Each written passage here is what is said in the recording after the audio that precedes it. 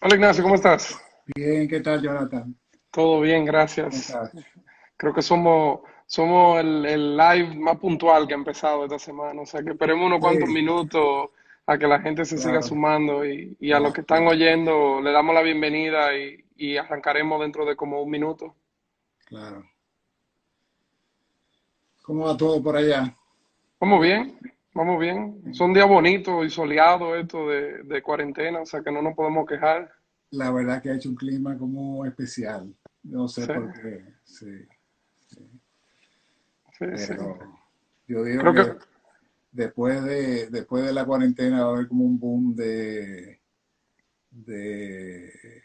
búsqueda de entretenimiento fuera de la casa.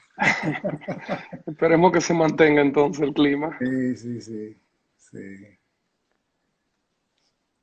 Pero bueno, eso por lo menos da la oportunidad a que abrimos la ventana y entra fresco y uno por lo menos respira el aire de afuera y se siente menos claustrofóbico. Sí. Pero bueno, siendo las 5:31 vamos a arrancar porque como te había mencionado, Instagram exactamente a los 30 minutos cierra la sesión y pues obviamente queremos aprovecharte al máximo. Entonces, dándole la bienvenida a todo el mundo. Para los que no me conocen, yo soy Jonathan Bornigal, soy miembro de la Junta Directiva y Tesorero de ANGE, que es la Asociación Nacional de Jóvenes Empresarios, y le doy la más cordial bienvenida a este Instagram Live en donde hablaremos de los impactos del COVID-19 en diferentes niveles, pero en particular sobre la gestión de empresas pymes. Agradecemos a todos nuestros miembros por su sintonía, así como a todos los que no son miembros que han tenido el interés de esta sesión en particular. Para los que no conocen bien a ANGE, ANGE es la asociación que agrupa y representa los intereses de los líderes empresarios jóvenes de la República Dominicana y como parte de nuestra misión catalizamos el pensamiento de los jóvenes para crear propuestas que aporten a soluciones a los retos que afectan el clima empresarial. En ese sentido y en vista de la pandemia que actualmente atravesamos, nacieron estos encuentros virtuales, cuyo objetivo es analizar el impacto del COVID-19 a diferentes niveles. Hace unos días tuvimos la oportunidad de escuchar sobre el ángulo laboral, sobre ángulos de comunicación y sobre ángulos de gestión humana y hoy tenemos el placer de verlo en materia de gestión financiera de pequeñas y medianas empresas con el señor Ignacio Guerra. Para el que no conocen a Ignacio, Ignacio Guerra fue vicepresidente de Finanzas, Tecnología y Operaciones del Banco Popular por casi 30 años. Es egresado de la prestigiosa NYU Leonard Stern School of Business, así como de Cornell University. Muy importante mencionar también que Ignacio es pasado presidente de ANGE en el año 2000.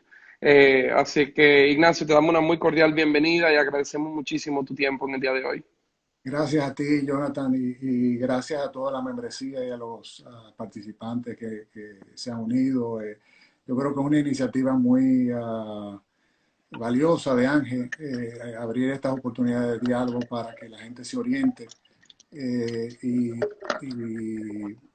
realmente estamos enfrentando un reto que no es un reto solamente para nuestra salud, para nuestra familia, para nuestra sociedad, sino para la economía global y para toda la humanidad. Yo creo que estas ventanas de diálogo pues son importantes para compartir experiencias y creo que en esta conversación pues como tú dijiste principalmente dirigida a las pymes y a los emprendedores que podamos aportar un granito de arena y darle algunas pautas de cómo manejar su negocio en los días y meses venideros.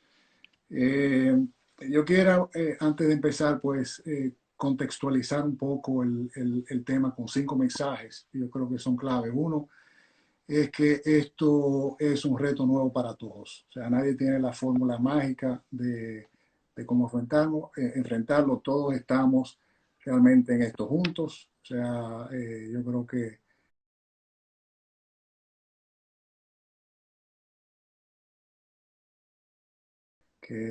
eso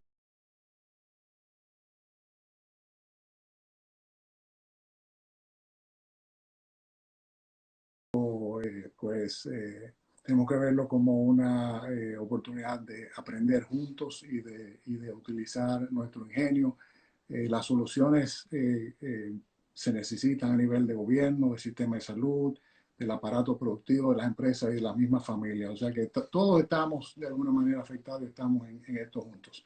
Lo segundo es que esto se va a superar, tarde o temprano se va a superar, esperamos que más temprano que tarde, y al final vamos a salir fortalecidos y con nuevas habilidades, habrá nuevas oportunidades de negocio. O sea, el mundo ha pasado por eventos mucho más dramáticos, guerras mundiales, pandemias también mundiales, y ha salido pues, o sea, la vida no se acaba, el mundo no se acaba, y esto es simplemente un reto más del cual nosotros podemos aprender y salir más unidos como familia y como sociedad también. Tercero, es que si bien la pandemia es primeramente un tema de salud, el impacto económico que genera es la parte que nos preocupa, ¿verdad?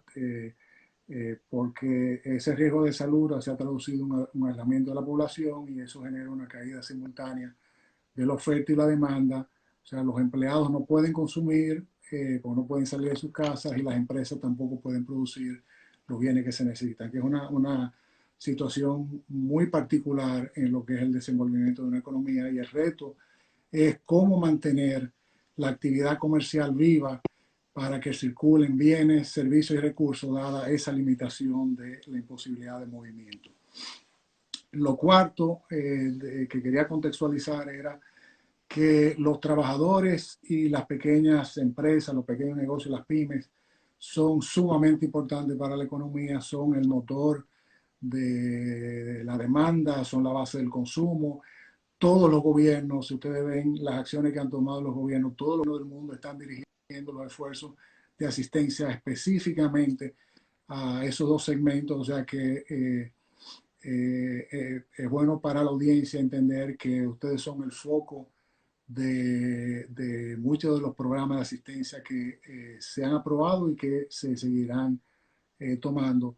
Y por otro lado, sí tener un entendimiento de que si bien esas medidas de apoyo están siendo tomadas por los gobiernos y están encaminadas en esa dirección, pues no son decisiones que nosotros podemos controlar directamente. O sea, nosotros podemos incidir con opinión sobre la estrategia del gobierno, pero no las controlamos, así como tampoco, o sea, podemos incidir en tratar de que los consumidores compren nuestros productos y servicios, pero no controlamos el que los clientes puedan hacerlo. Entonces, lo importante y es el quinto contexto es que nuestro esfuerzo debe de esforzarse en aquello que nosotros podemos controlar directamente. O sea, qué está en nuestras manos y nosotros apoderarnos de nuestras decisiones y de nuestras acciones para enfrentar este reto. Yo saqué de mi vocabulario la palabra crisis, porque yo no quiero hablar de crisis. Yo hablo de un reto, porque la crisis da una sensación de de vulnerabilidad, mientras que un reto tiene siempre la promesa de superarse así que saquen de su vocabulario la palabra crisis y sustituya por reto y por las oportunidades que ese reto pues presenta. Entonces, los temas que yo voy a tratar, y quizá me extiendo un poquito más, se los digo de antemano, de los 15 minutos, porque yo creo que quisiera abordarlos de una manera comprensiva. Yo quiero explorar 4 temas que entiendo son de interés para esta audiencia. El primero es convertir información en acción. O sea, cómo podemos tomar decisiones inteligentes y cómo podemos utilizar la información como una fuente de guía. Lo segundo es hacer un uso racional de los recursos, que es probablemente uno de los temas más importantes, sobre todo en la primera etapa del reto. Lo tercero es la comunicación como una herramienta vital para la estrategia. Yo sé que el lunes hablar un poquito de eso, pero yo quiero puntualizar en algunas cosas muy particulares de la comunicación dentro de lo que es la estrategia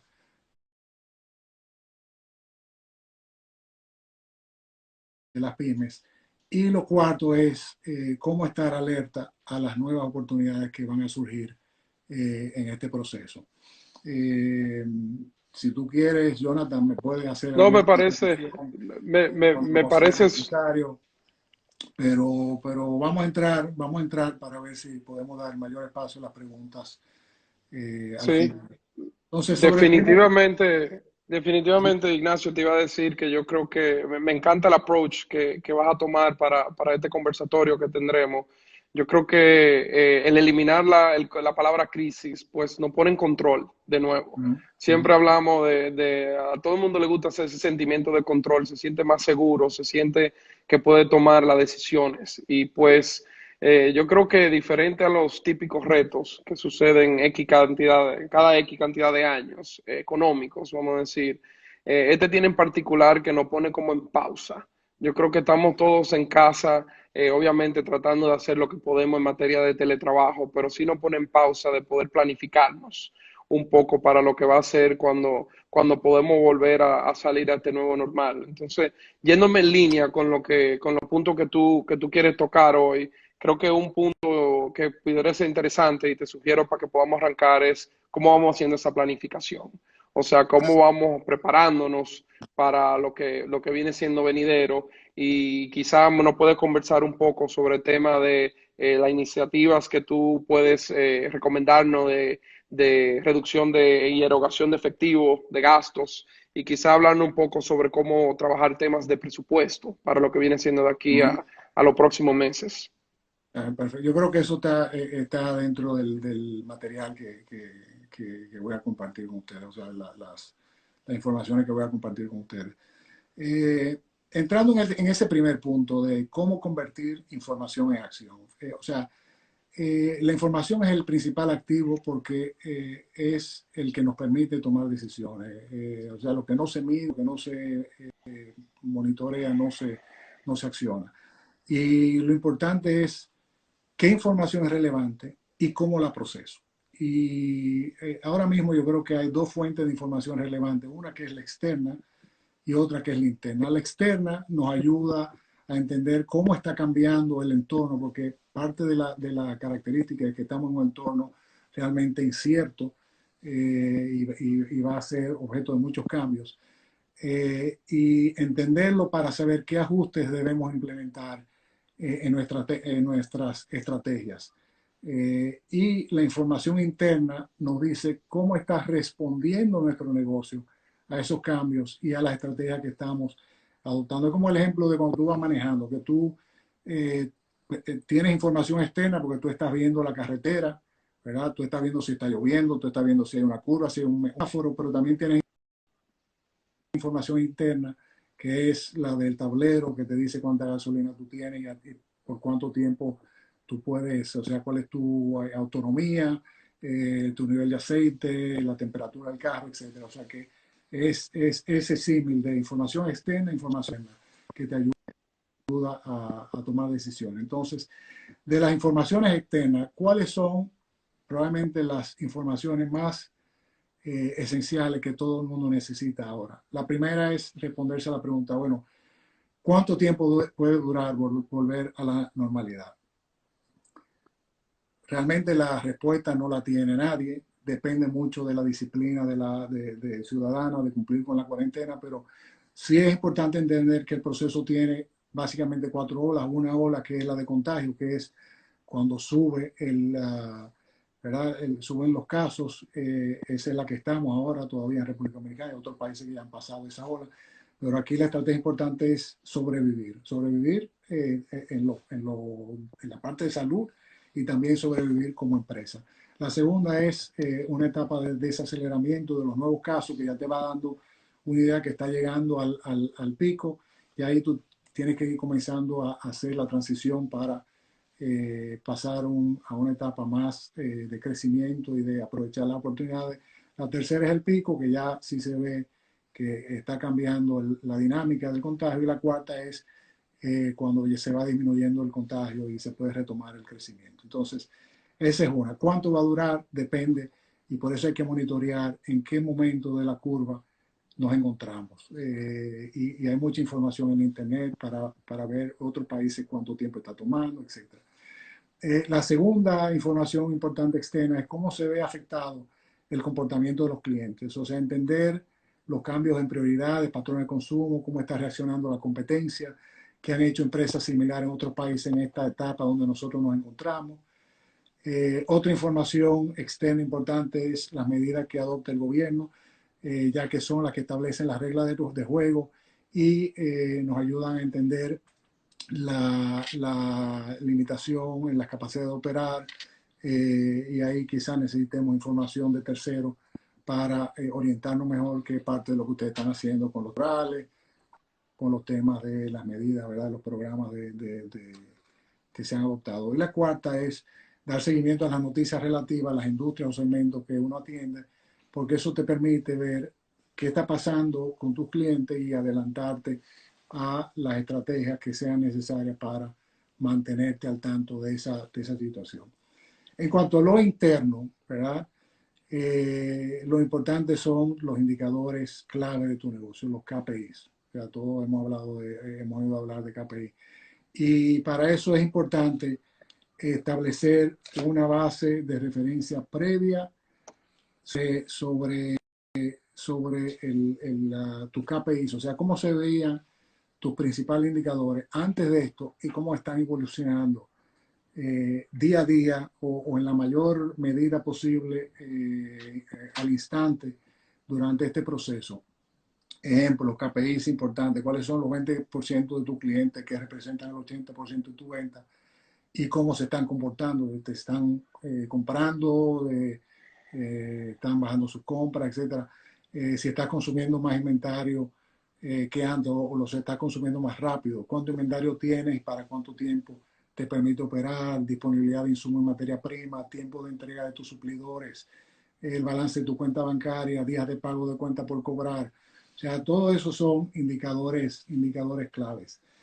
Ahora, tú me mencionabas el presupuesto y aquí entramos ya en cómo procesas la información. Mira, más que un presupuesto, para mí un presupuesto, y en mi carrera hice más presupuesto de lo que yo quise hacer en una vida. El tema con presupuesto es que un presupuesto parte de un entorno estable. O sea, fíjate que en un presupuesto tú partes de premisas que son relativamente confiables de cómo se va a comportar el factor externo y tú en base a eso haces una proyección que está sustentada con planes de negocio. Aquí lo importante es tener un modelo de tu negocio en una hoja de cálculo, o sea, en un formato que te permita jugar con él. Eh, o sea el valor de tener un modelo es que lo puedes utilizar para simular distintos escenarios, ajustando las palancas del modelo y te permite entender cuál de esas palancas son las que juegan el papel más determinante en tu negocio. O sea, no sé si entienden lo que es la diferencia entre una proyección, Ujú. un modelo y un presupuesto. Son tres herramientas muy diferentes. El modelo para mí es en este momento lo más importante porque ahora se trata de flexibilidad y de poder analizar, ¿verdad?, variables y simular variables. Entonces, ese ejercicio, ¿verdad?, de distintos escenarios, moviendo palanca, comienza a darte una idea de cuáles son las palancas que más afectan tu negocio y esas son tus KPI. Esos son los KPI clave que tú tienes que estar monitoreando. Entonces, también te permite, al tener este modelo y tú hacer simulaciones, te permite decir, ok, mira, si este es mi KPI importante por ejemplo, en reposición de inventario o en liquidez, ¿cuál es mi punto de alerta que yo tengo que tener para ese KPI? Y en base a ese KPI, ¿cuál es la decisión que tengo que poner en acción cuando llegue a ese punto? Entonces, te ayuda a entender el negocio y a desarrollar estrategias. Entonces,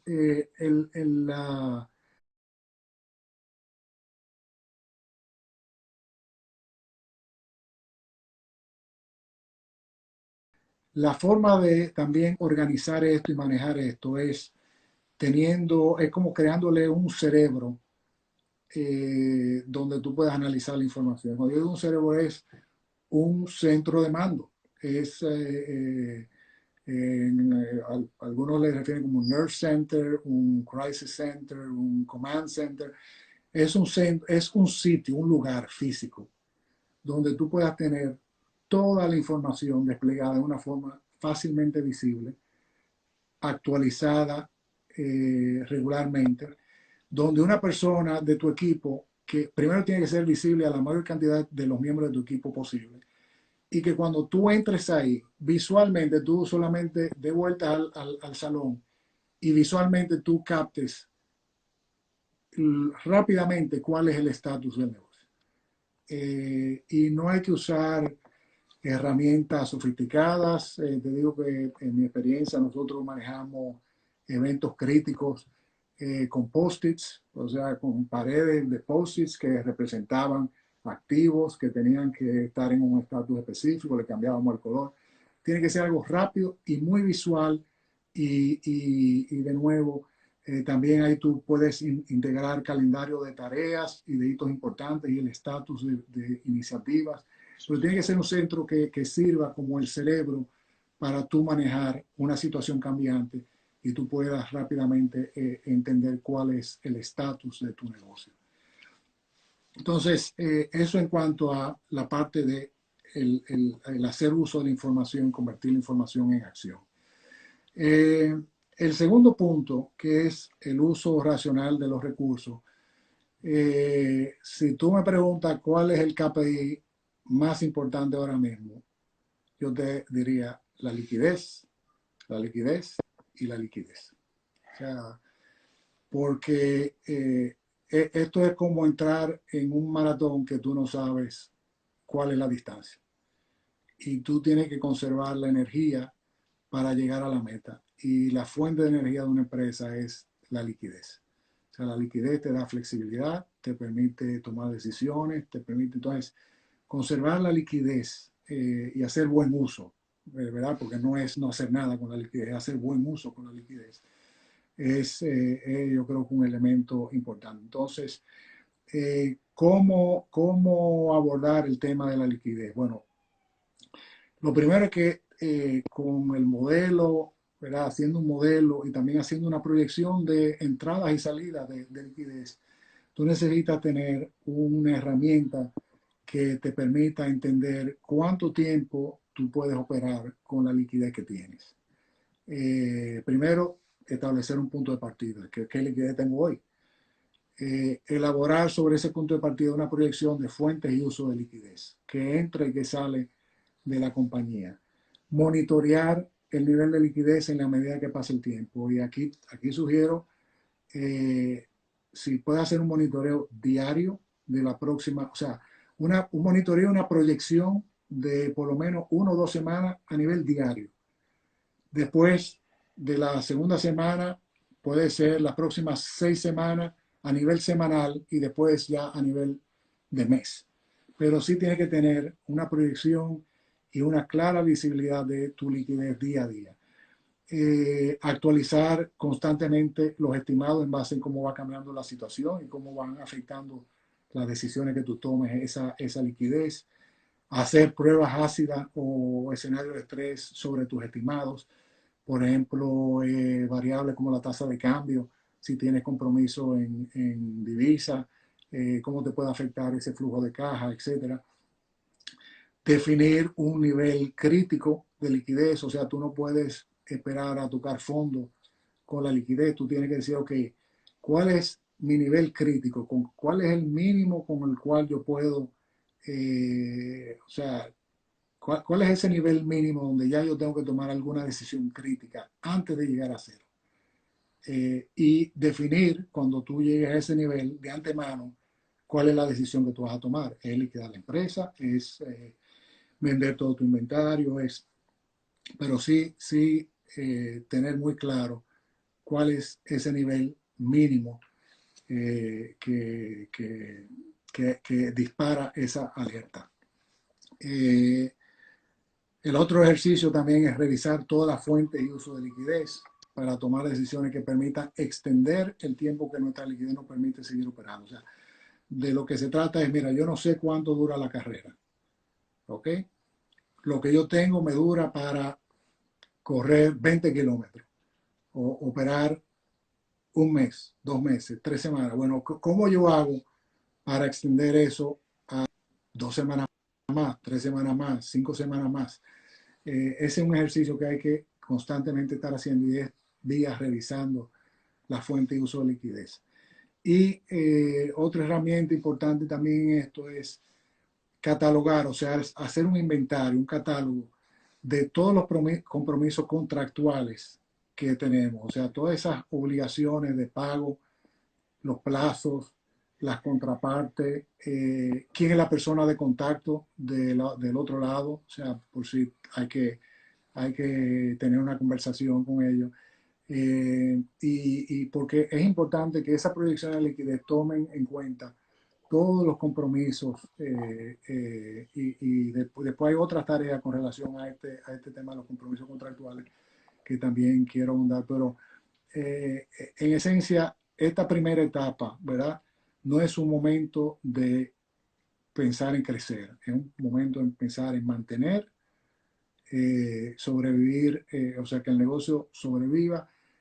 Hay oportunidades de crecimiento y si las hay, se pueden aprovechar, pero con mucha cautela y asegurando de que realmente son oportunidades que se pueden. Antes de entrar en un tema así de interesante, Ignacio, te tengo una pregunta en particular. Digamos, tú hablas mucho de fuentes y uso de efectivo, que estoy totalmente de acuerdo, que es, como dirían los americanos, the name of the game ahora mismo. Todo negocio vende, vamos a decir, y obviamente sabemos que aquí, en buenos términos bancarios, la morosidad de todo el mundo en cuenta por cobrar, la estamos esperando que vaya subiendo. ¿Cómo tú nos recomendarías, vamos a decir, manejar ese punto tan importante de cuenta por cobrar? Y si tú tienes algunos tips en materia de qué hacer, cómo no vernos en el escenario de que vendimos y de repente no tenemos el inventario porque se lo vendimos a otro y tenemos estos documentos de cuenta por cobrar.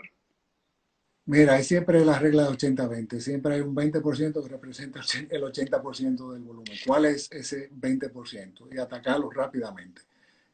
Ser proactivo en el tema de los cobros, o sea, llamar temprano. Ante el primer atraso, tener una llamada, decir, mira, te atrasaste en el pago, le estoy dando seguimiento, dime cuándo. Lo otro es disminuir los montos de las transacciones, porque así pones menos riesgo, menos capital en riesgo, menos de tu cash flow en riesgo. O sea, es mejor hacer cosas, o sea, ventas pequeñas más frecuentes que ventas grandes con más riesgo. O sea, yo lo abordaría principalmente por ahí, el seguimiento a las cuentas por cobrar y el tema también de bajar los montos de las ventas y hacer ventas más frecuentes y despachos más frecuentes. Eh, Súper. Siguiendo con el tema del efectivo, si tú me permites, ahí tú me habías comentado de qué iniciativa de reducción de gastos. Y aquí yo quiero volver a hacer una distinción muy particular que no siempre es evidente para muchos empresarios y es la diferencia entre una erogación de efectivo y un gasto. Hay gastos que no son erogación de efectivo, hay erogaciones de efectivo que no son gastos, o sea, una compra de una maquinaria no es un gasto, pero es una erogación de efectivo. Y ahora de lo que se trata es de conservar liquidez. Entonces, es importante entender que cuando uno mira el tema de la gestión de liquidez y del ahorro de gastos, tiene que entender a qué gastos se refiere, pero a qué otras cosas tiene que poner la atención que representan erogaciones importantes de efectivo. Eh, y estrategias específicas para manejar las erogaciones de efectivo. Bueno, yo comenzaría con la carga fija. O sea, yo creo que esa es la primera palanca que hay que tratar de, porque la carga variable, o sea, si tu costo, o sea, tu costo de inventario está relacionado a una venta, entonces es un costo más variable que un costo fijo. Por ejemplo, ¿cuáles son las cargas fijas más importantes? La nómina, ¿verdad?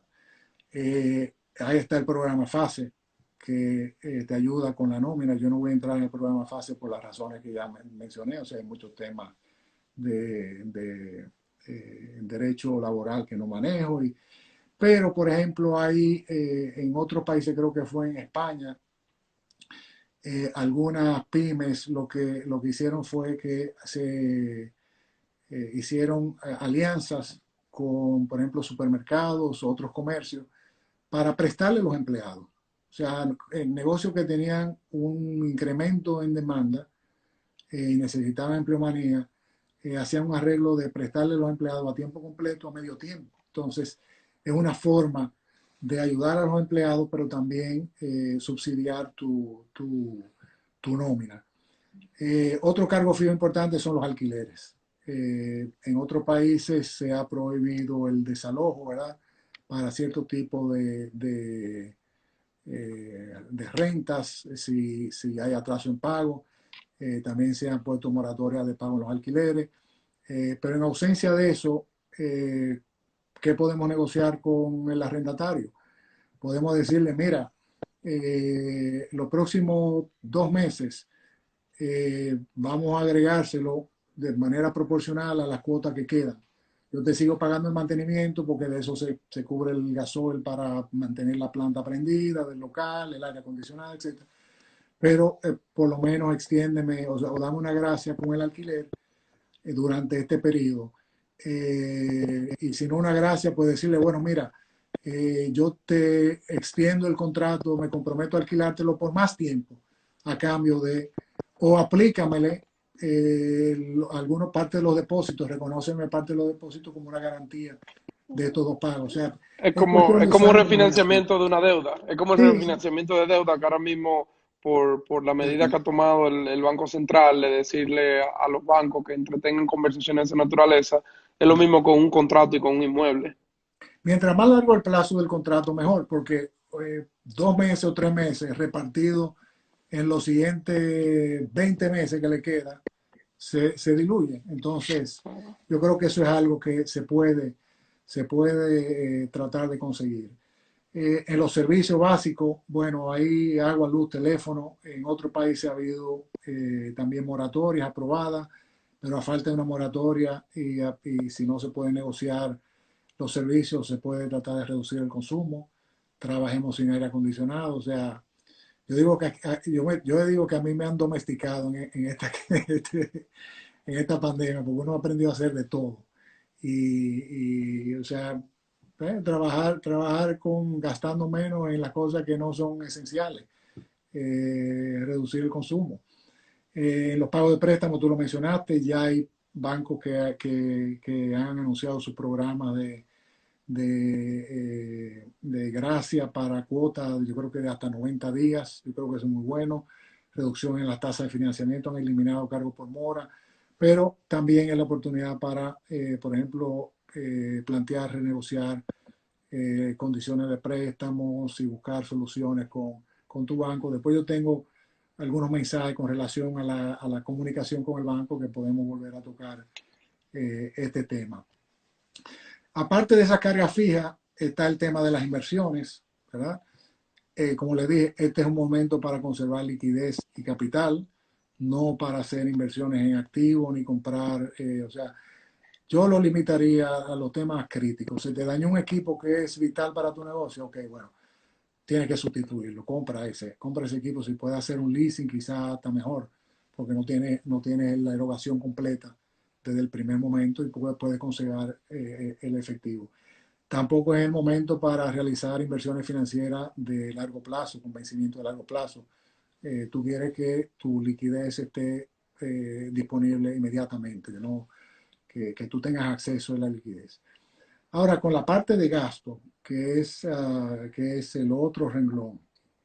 Mira, a mí me tocó por lo menos casi una veintena de iniciativas de ahorro de gasto anuales del orden de 10 a 20%. Y te digo que mientras más grande es el negocio, más difícil es ponerle ese dar con ese, con identificar cómo reducir esos gastos, pero definitivamente que se logre. Yo, la estrategia que utilizaba, que yo creo que fue muy útil, es primero estratificar los gastos en base a su aporte al negocio.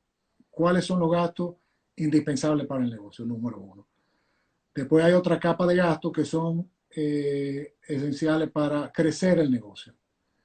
Y después hay otra capa de gastos que son esenciales para nuevas oportunidades de negocio. Entonces yo creo que estas últimas dos, ¿verdad? De crecer el negocio, gastos para crecer el negocio y gastos para crear nuevas oportunidades, a menos que estén muy, pero muy bien fundamentadas. Yo creo que lo mejor es posponerla por el momento y enfocar en cuáles son los gastos que te permiten operar. Y la otra estrategia que fue muy útil para mí en estos esfuerzos de reducción de gastos es que uno generalmente ve la contabilidad, ¿verdad?, de la empresa, porque así es como uno ve el resultado y uno dice, bueno, aquí están todos estos renglones de gasto. Vamos a reducir tanto por ciento de esto. Tal. Mira, eh, eh, te voy a decir por qué nunca funciona, porque no hay forma de traducir eso a una acción concreta. Y la manera que yo encontré para traducirlo a una acción concreta es cuáles, a quién le estoy pagando por servicio. O sea, en lugar de enfocar los gastos, yo digo, déjame ver todos los pagos que hago en un año y a quién le pago y organízamelo de mayor a menor. Y después, entonces, ¿quién es responsable de la relación con ese suplidor o de ese proveedor de ese bien o servicio? Ok, justifícame por qué necesitamos tanto negocio, qué es lo que le compramos, por qué necesitamos tanto, no hay alternativa. Podemos posponer ese contrato o esa compra o ese servicio. Entonces es cuestión de llevarlo a nombre y apellido, básicamente. Es la Yo, única yo, forma que...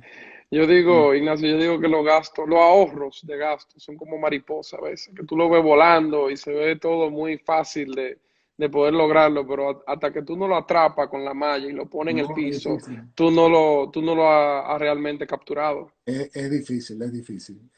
Y de nuevo también me referí anteriormente a entender cuáles son contractuales, porque eso sí van a requerir un tipo de esfuerzo de renegociación y es bueno tenerlo inventariado.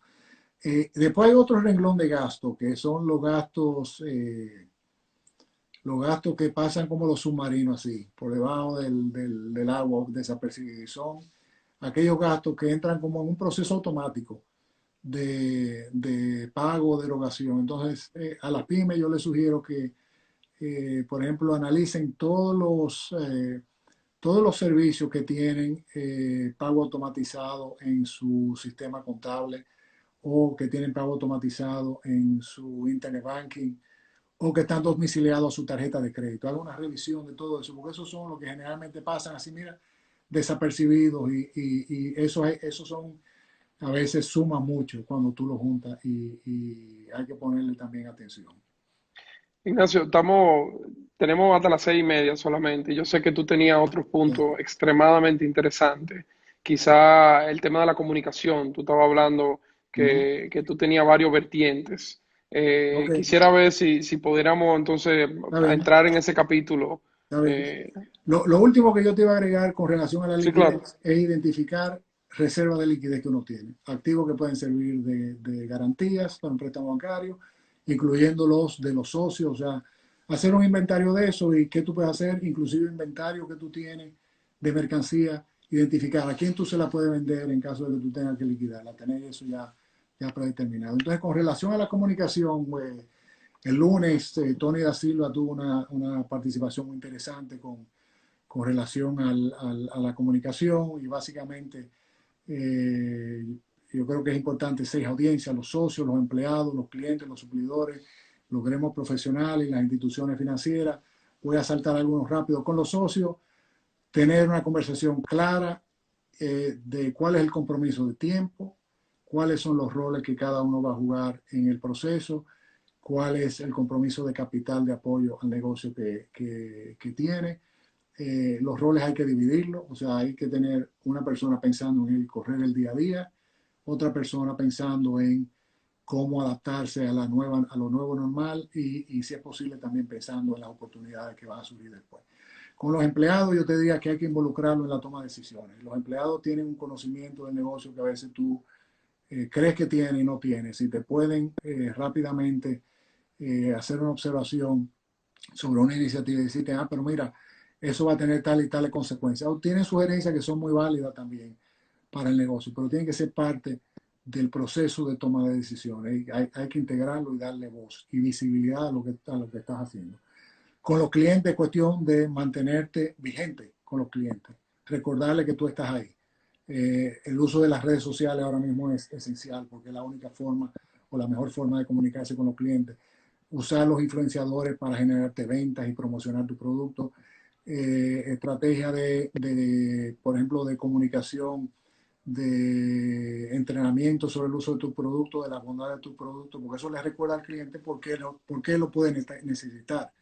Entonces, yo creo que la estrategia de comunicación con el cliente es importante. Los suplidores también porque necesitas manejar tu cadena de suministro y entender cómo se puede estar afectando y cómo te pueden dar crédito. Con los gremios profesionales, porque el sector PYME, ¿verdad? Es la única manera de poder elevar su voz quizá ante las instancias, porque como es un sector tan atomizado, necesita poder articular, ¿verdad? Un mensaje claro al gobierno y a las autoridades para la toma de decisiones. Y por último, las instituciones financieras, que es sobre la que yo me quisiera concentrar. Fíjense, el diálogo con las instituciones financieras es de lo más importante porque es el aliado que tienen las pymes para fuentes de liquidez. Y en ese diálogo es esencial transmitirle al gerente y al banco, transmitirle una actitud proactiva sobre la manera en que estás manejando tu negocio. Todo esto que yo he sugerido son temas que ustedes deben de compartir con su gerente y decirle, mira, estos son mis retos, mira cómo yo estoy llevando mis números, estas son mis proyecciones, estos son, o sea, estas son las acciones que yo voy a tomar. Lo que tú no puedes esperar a llegar a un punto de atraso en tu préstamo para iniciar un diálogo en ese momento.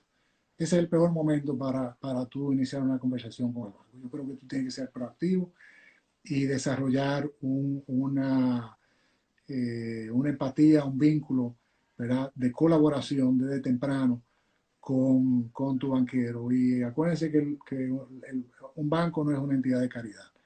El banco también tiene que velar por el dinero de sus depositantes y una de las cosas que necesita hacer para eso es determinar o sea, cuáles de sus clientes de préstamo pueden sobrevivir y cuáles no van a sobrevivir, porque en base a eso le van a tener que poner atención a uno más que a otro.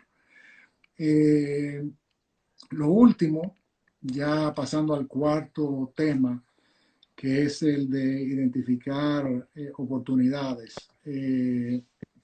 Mire, después de esto habrá un antes y un después. Esto va a ser como el 9/11, ¿verdad? No es que la cosa va a ser peor, pero va a ser diferente.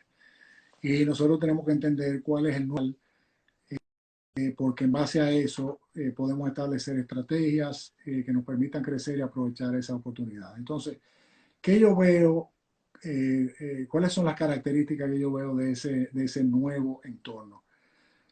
Yo creo que por un buen tiempo va a haber menos interacciones físicas y presenciales, tanto en el trabajo como en los comercios. Va a haber un mayor nivel de bancarización y acceso a pagos digitales. Los programas de asistencia a los trabajadores que están implementando el proyecto, el gobierno, contribuyen a que eso sea así, ¿verdad? Que la gente ya se maneje de manera digital. Eso también va a mover una mayor migración de pagos de físicos a digitales. De hecho, yo creo que la gente ya no quiere tocar el efectivo porque cree que se puede contaminar con el efectivo.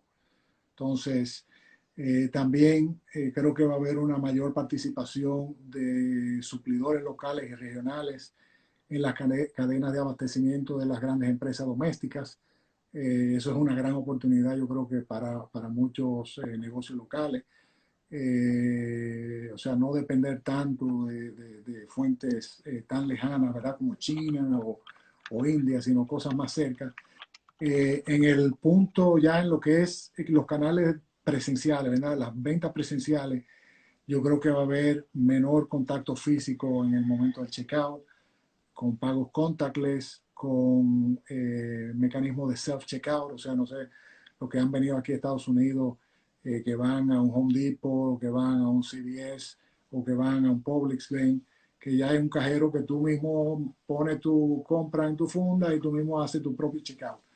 Creo que va a haber mucho más de eso, las entregas vía delivery, que te entreguen los recibos por correo electrónico, las máquinas de vending, ¿verdad? De pequeños artículos ubicados en sitios accesibles pero disponibles 24 horas. Y el uso de dispositivos digitales para apoyar nuevos comportamientos, por ejemplo, en la originación de ventas y servicios vía apps y otras herramientas de comunicación.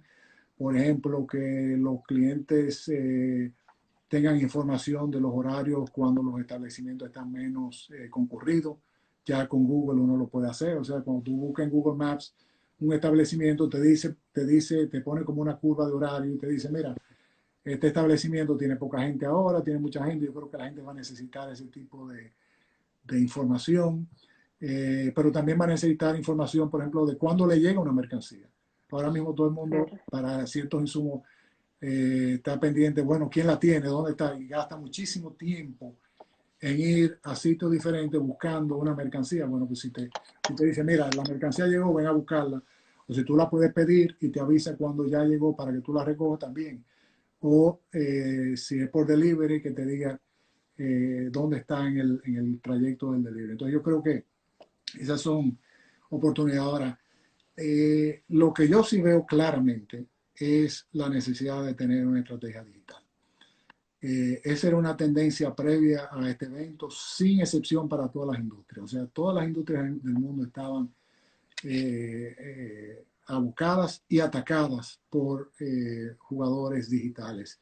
Y es cuestión de usar la tecnología para crear ventajas competitivas y crear nuevos modelos de negocio y atención que antes no existían. Mira, para darte un ejemplo, las cifras que se publicaron de ventas en diciembre en Estados Unidos crecieron, creo que fue un 3.4% con relación al año anterior, pero eso son todas las ventas. Ahora, las ventas digitales de e-commerce crecieron un 19%. Estamos hablando de economía como la de Estados Unidos, que ya tiene bastante penetración. Fíjate el salto que están dando las ventas digitales. Entonces ya no es una estrategia a futuro. Yo creo que muchas empresas estaban, bueno, sí, esto lo vamos a hacer en un año, 2 años, aquí todavía no hay quien me resuelva la última milla, etcétera. Siempre hay un...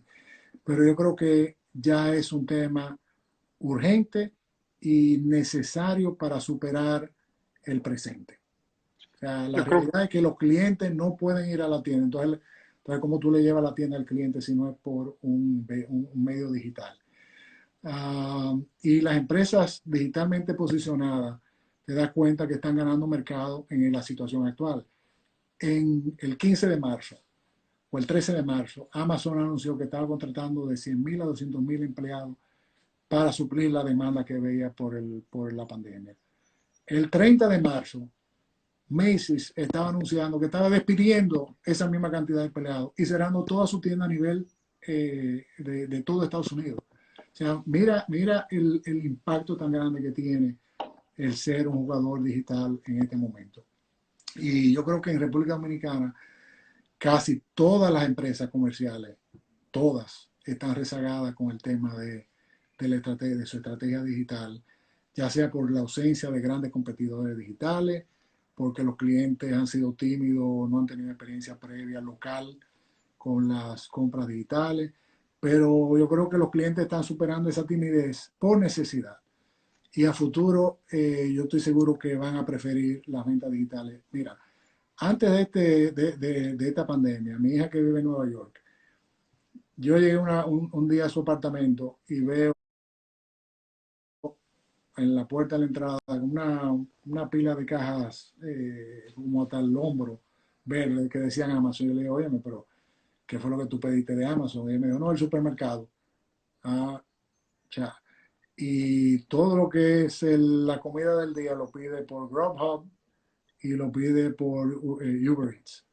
Entonces ya se acostumbraron, o sea, en Estados Unidos se han acostumbrado y ya todo el mundo, eso es lo normal. Entonces, las empresas pequeñas que tienen para mí una enorme ventaja competitiva porque pueden ser más ágiles, pueden capturar en este momento mercados que competidores más grandes quizás están desatendiendo. Y para mí no hay tiempo que perder con un tema de estrategia digital. O sea, hay que ponerse en eso ya. Ahora, para desarrollar una estrategia digital, una plataforma propia, para desarrollar una plataforma propia toma tiempo y dinero. O sea, tiene costo de desarrollo, los temas de ciberseguridad, hay que certificar los botones de pago con los bancos y con las tarjetas, hay que montar una infraestructura de logística, de entrega a domicilio. Entonces, yo lo que sugiero es que exploren plataformas que ya existen, que ofrecen esa funcionalidad que se pueden desplegar rápidamente. Y después, entonces, que ustedes maduren esa experiencia y piensen si se justifica manejarla internamente o no. Entonces, te puedo dar casos específicos, concretos de plataformas que hay disponibles en República Dominicana que están funcionando. Súper. Está el ejemplo de, mira, GoMarket. GoMarket tiene el equivalente a lo que es un Amazon. O sea, sin tú tener que erogar un pago fijo, tú puedes publicitar tu producto y ellos tienen resuelto todo el tema de delivery, tienen resuelto todo el tema de pago, todo el tema de NSF, y tú pagas una comisión si lo vendes, pero por lo menos estás presente. Después ellos tienen otra solución que creo que se llama GoShop, que tú puedes montar Dos tu, minutos. Quedan tu, 2 minutos, perdón. tú puedes montar tu tienda virtual con tu marca y tu producto esa requiere un poco más de esfuerzo, pero yo creo que el mensaje es que con el tema de digital, ese es el canal que está funcionando y esa es la forma de venderle a los clientes en este momento y a futuro. Así que Súper. no sé Ignacio, si, no sé si algo parece que, de temas. no sé, Instagram me dice que quedan 52 segundos. No sé si será Bueno, un ya, aviso 10 minutos antes. ya. O sea que, pero veo que muchas de las preguntas que tenemos la hemos cubierto. O sea que eso yo te lo agradezco de sobremanera. Me dice Sol, nuestra directora ejecutiva, que me quedan 8 minutos. Yo estoy viendo un Sí. countdown. Si nos cortan en los próximos 20 segundos, de sobremanera agradecerte, la verdad, por tu tiempo. Y, De y lo, las preguntas, óyeme, que si hay preguntas que quisieran que se contesten, que me las hagan llegar a través de ustedes, que con mucho gusto le dedicamos tiempo.